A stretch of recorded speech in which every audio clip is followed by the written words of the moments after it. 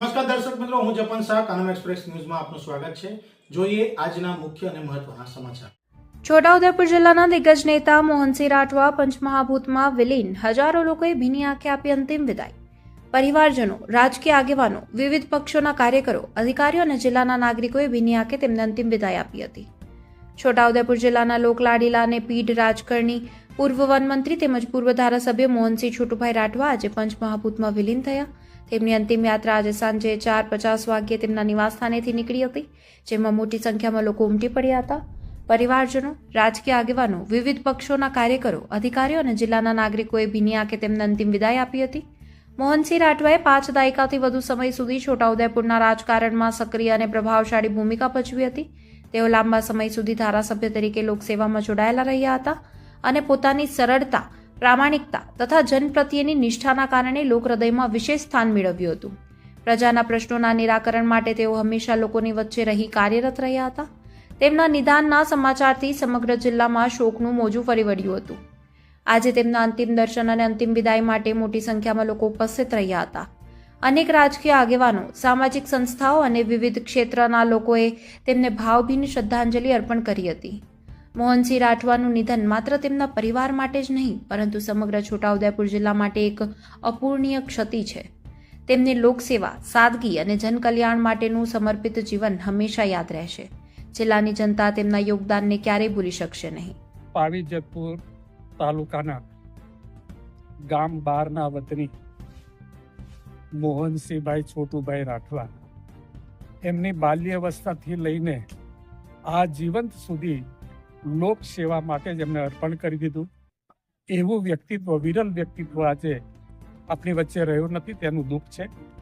મારે રાજકારણ સાથે તો ખરા જ, પરંતુ સંબંધની નાતે પણ અમે મામા ફોયા ભાઈ થતા હતા, એટલે અમારી સમાજની પણ અને અમારા પરિવારની પણ ખૂબ લાગણી આજે છે અને શોકની લાગણી વ્યક્ત કરી રહ્યા છે।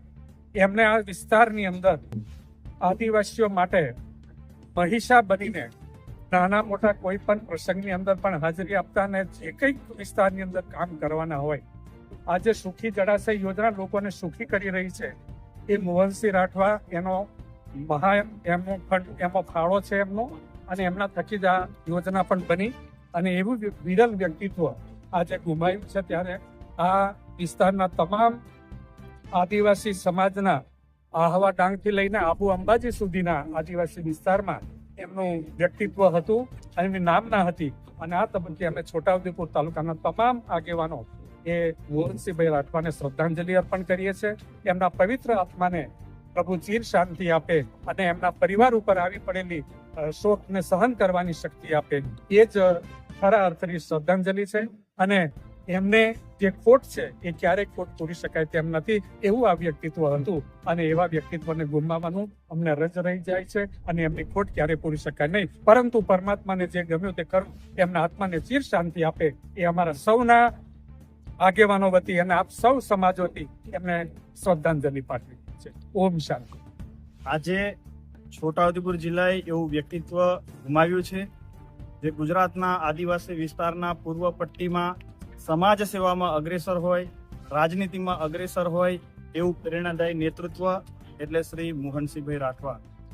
ગુજરાતમાં સતત 10 ટર્મ સુધી લોકશાહીમાં વિજય મેળવીને 50 વર્ષ સુધી જેમણે લોકોની સેવા માટે કર્યું નામ એટલે મોહનસિંહભાઈ રાઠવા, જેમણે આ વિસ્તારના યુવાનોને રાજનીતિમાં જઈને સેવા કરવા માટેનું પ્રેરક પૂરું પાડ્યું હોય એવા શ્રી મોહનસિંહ રાઠવા, જેમણે આ વિસ્તારમાં આદિવાસીઓના કલ્યાણ માટે, ખેડૂતો માટે, યુવાનોના રોજગાર માટે જેમણે પોતાનું સમગ્ર જીવન વ્યતીત કર્યું હોય, એ સહકારના ક્ષેત્રમાં હોય કે સામાજિક ક્ષેત્રમાં હોય કે કોઈ પણ આ વિસ્તારના સામાજિક પ્રસંગોમાં હર હંમેશ હાજર રહેતા એવા શ્રી મોહનસિંહભાઈ રાઠવા આજે છોટાઉદેપુર અને વિશેષ પૂર્વ પટ્ટીના લોકોના હૃદયમાં જે સ્થાન મેળવ્યું હતું એને આજે ગુમાવ્યાનો રંજ છે। અને અનેક વર્ષો સુધી, જ્યાં સુધી છોટાઉદેપુર વિસ્તારના લોકો જ્યારે પણ કોઈ રાજનીતિમાં અને સમાજ સેવામાં જ્યારે કોઈ નામનો વિચાર કરવામાં આવશે ત્યારે એ મોહનસિંહભાઈ રાઠવા હશે। આવા વિશાળ વ્યક્તિત્વને 82 વર્ષની વયે આ ગુજરાત અને વિશેષ આદિવાસી પટ્ટાએ એ મહાન પુરુષને ગુમાવ્યો છે, ત્યારે અમે સૌ એને હૃદયથી શ્રદ્ધાંજલિ અર્પિત કરીએ છીએ અને આ દિવ્ય આત્માને પ્રભુ શાંતિ અર્પે એવી અભ્યર્થના વ્યક્ત કરીએ છીએ. આજે પૂર્વ પંથીના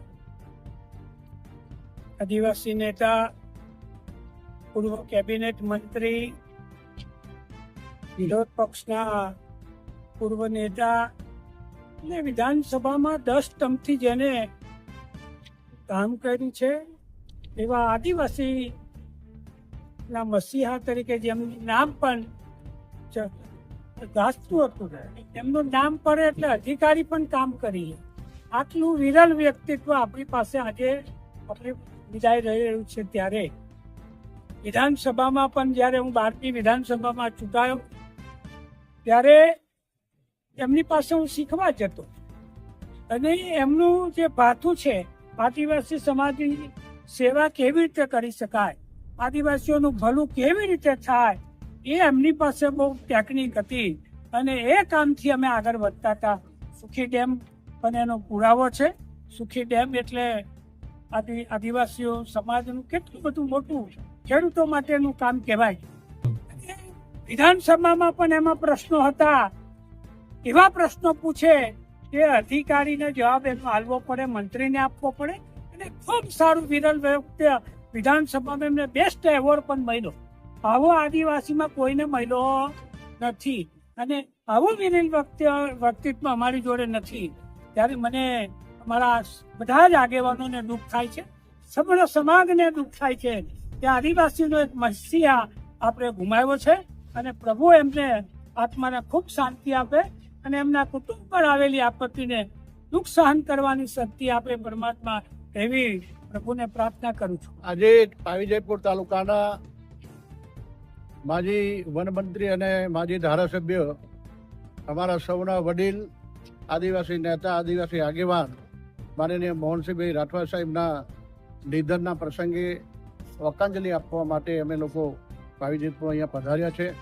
મોહનસિંહભાઈ રાઠવા એ અમારા આદિવાસી સમાજના એક મસીહા હતા. આદિવાસી સમાજના વિસ્તારની અંદર 11 ટર્મ જેટલી સમયથી વિધાનસભાના સભ્ય રહ્યા. ગુજરાત વિધાનસભા એમને ઉચ્ચ એવોર્ડ પણ એમાં આપવામાં આવ્યો કે આદિવાસી વિસ્તારની અંદર આટલા લાંબા સમય સુધી એક ધારો એક સીટ ઉપર ધારાસભ્ય પદ નિભાવી અને સમાજના સેવક તરીકે કામગીરી કરી છે. મને એમ લાગે છે કે મોહનસિંહભાઈ જેવા આજે મસીહા મને મળવા મુશ્કેલ છે. અમે ખૂબ મોટો આદિવાસી નેતા ગુમાવ્યો છે, એનું અમને ખૂબ દુઃખ છે. મારા રાજકીય ગુરુ તરીકે પણ હું એમને માનું છું, કેમ કે મારી 9મી લોકસભાની અંદર 1990ની અંદર સૌ પ્રથમ ગુજરાત સરકારમાં સેવક તરીકે સેવા બજાવતો હતો. એવા સમયે મને નોકરી છોડાવી અને રાજકારણનું પગથિયું ચડાવનાર પહેલા મોહનસિંહભાઈ રાઠવા હતા અને લોકસભાની અંદર 9મી લોકસભાથી લઈને મને 5 ટર્મ સુધી લોકસભાના પાર્લામેન્ટના મેમ્બર તરીકે સેવા કરવાની તક આપી. એટલું જ નહીં, 2004થી 2010 સુધીની અંદર મને ભારત સરકારમાં રેલવેના નાયબ પ્રધાન તરીકે બનાવવામાં પણ એમનો સિંહ ફાળો છે. એવી વ્યક્તિ જ્યારે જાય છે ત્યારે અમને ખૂબ દુઃખ થાય છે અને અમારા સમાજને અને અમારા વ્યક્તિગત કારકિર્દીને ઉજ્જવળ બનાવવામાં તેઓનો સિંહ ફાળો રહ્યો છે. મોહનસિંહભાઈ રાઠવા સામાજિક ક્ષેત્રે, સિંચાઈના ક્ષેત્રે, શૈક્ષણિક ક્ષેત્રે આવી તમામ બાબતોની અંદર આ વિસ્તારની ખૂબ મોટી સેવા કરી છે. ખાસ કરીને આંખે ઉડીને વળગી એવી અમારી સુખી સિંચાઈ યોજના, જેના થકી અમારા આદિવાસી સમાજના ખેડૂતો ખૂબ મોટો પાકનો એમાં લાણી કરે છે અને પાકનું ઉત્પાદન મેળવે છે. એવા ખૂબ સારી સુંદર કામગીરી કરેલા મોહનસિંહભાઈ રાઠવા અમારા સમાજની વચ્ચેથી ગયા છે. અમારા સમાજ માટે અને અમારી વ્યક્તિગત માટે ખૂબ દુઃખની લાગણી છે. આ સમયે માનનીય મોહનસિંહભાઈને અમે લોકો પરમ કૃપાળુ શાંતિ આપે અને એમને દુઃખદ અમારી શ્રદ્ધાંજલિ પાઠવું.